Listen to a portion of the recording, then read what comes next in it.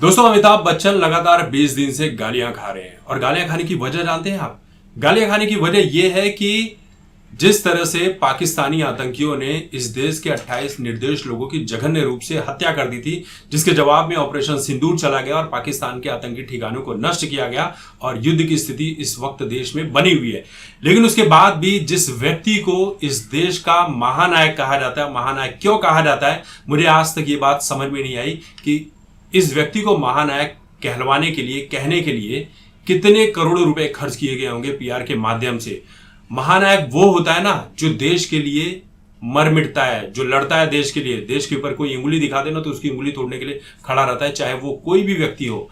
लेकिन ये भाई साहब इतने डरे हुए हैं कि इनके शब्द तक निकल रहे हैं।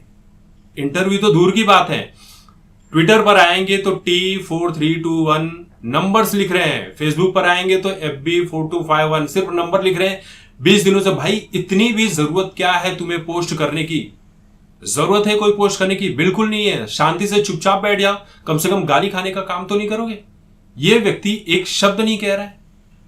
भाई तुमसे अच्छे तो इस देश के वो आम जनता है, बल्कि कंपेयर करना भी बहुत बुरी बात है इस देश की आम जनता से। आम जनता तो देखो चंडीगढ़ में सेना में जाने के लिए खड़ी है, कोई ट्रेनिंग नहीं, कुछ नहीं है, लेकिन कह रही है कि हम खड़े होंगे, मर मिटेंगे देश के लिए। और इनको जिनको सर आंखों पर बैठाया गया वो ऐसी बातें करें। इस देश के बॉलीवुड के खासकर लोग इतने बड़े दोगले हैं जिनकी कोई सीमा नहीं है। आप सोचिए कि इनसे बड़े देशभक्त पाकिस्तान कितना भी बड़ा भिखारिस्तान, आतंकिस्तान हो, लेकिन वहां के क्रिकेटर्स, वहां के एक्टर्स, वहां के गायक, ये वाकई में अपने देश के लिए बड़े बड़े देशभक्त हैं। सोचिए कि यहाँ के लोग सलमान, शाहरुख, आमिर, अमिताभ बच्चन, सैफ अली खान, ये इनके मुंह से एक शब्द तक नहीं निकल रहा है अपने देश के लिए, जो अपने लोगों को सपोर्ट करने के लिए। और उनके यहाँ के लोग हर रोज हमले कर रहे हैं, हर रोज बातें कर रहे हैं। वो शाहिद अफरीदी क्या कहता है कि ये इंडिया वालों का ही काम है, इनके ही आतंकी हैं, यही बॉर्डर पर ये करवाते हैं कश्मीर में। और पुलवामा वाली हमला भी इन्होंने करवाया था। शोएब अख्तर, जिसको यहां पर बीसीसीआई बुलाकर कमेंट्री वगैरह करवाती, वो क्या कह रहा है? वो ये कह रहा है कि भाई हम तो एक दिन हिंदुस्तान के ऊपर कब्जा करेंगे, गजवाए हिंद हमारा सफल होगा। वो कौन सी मौला जट पिक्चर आने वाली थी जिसको रिलीज करने के लिए यहाँ के बॉलीवुड वाले मरे जा रहे थे, वो फिल्म मौला जट का जो हमजा अली है वो कहता है कि हाफिज सईद आतंकी नहीं है, वो तो हमारा एक कह सकते हैं कि प्रेरक है, गुरु है, हमारा मोटिवेशनल स्पीकर है। वो आतंकी हमले नहीं करवाता है, वो मैं उसको बड़े करीब से जानता हूं, वो मेरा आदर्श है। वो तो बल्कि कश्मीर के युवाओं को प्रेरित करता है कि कैसे आगे की जंग लड़नी है, वो आतंकी नहीं है।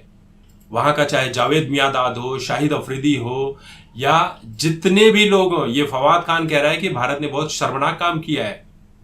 तो यहां से रूपाली गांगुली भी कहती हैं कि शर्मनाक काम तो हमसे हुआ है, जो तुम जैसे लोगों को हमने अपने फिल्मों में काम दिया है। ये वही फवाद खान है जिसको करण जौहर ने अपनी फिल्मों में बड़े बड़े कलाकारों के साथ काम करने का मौका दिया है। और देखिए इसकी बोली भाषा, इसकी अबीर गुलाल रिलीज होने वाली थी। ऐसे मेकर्स के ऊपर देशद्रोह का केस होना चाहिए, जिन्होंने उरी और पुलवामा की घटना के बाद भी इस फवाद मवाद खान को यहां पर काम करने का मौका दिया है। ये असल में देशद्रोही होते हैं जो पाकिस्तानी कलाकारों को यहाँ पर गाने का, खाने का, रहने का मौका देते हैं।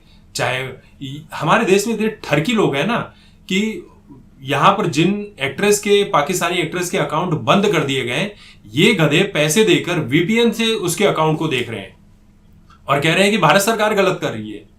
ऐसे ठरकियों का क्या किया जा सकता है? कुछ नहीं किया जा सकता है। ये कभी देश के प्रति वफादार हो ही नहीं सकते हैं।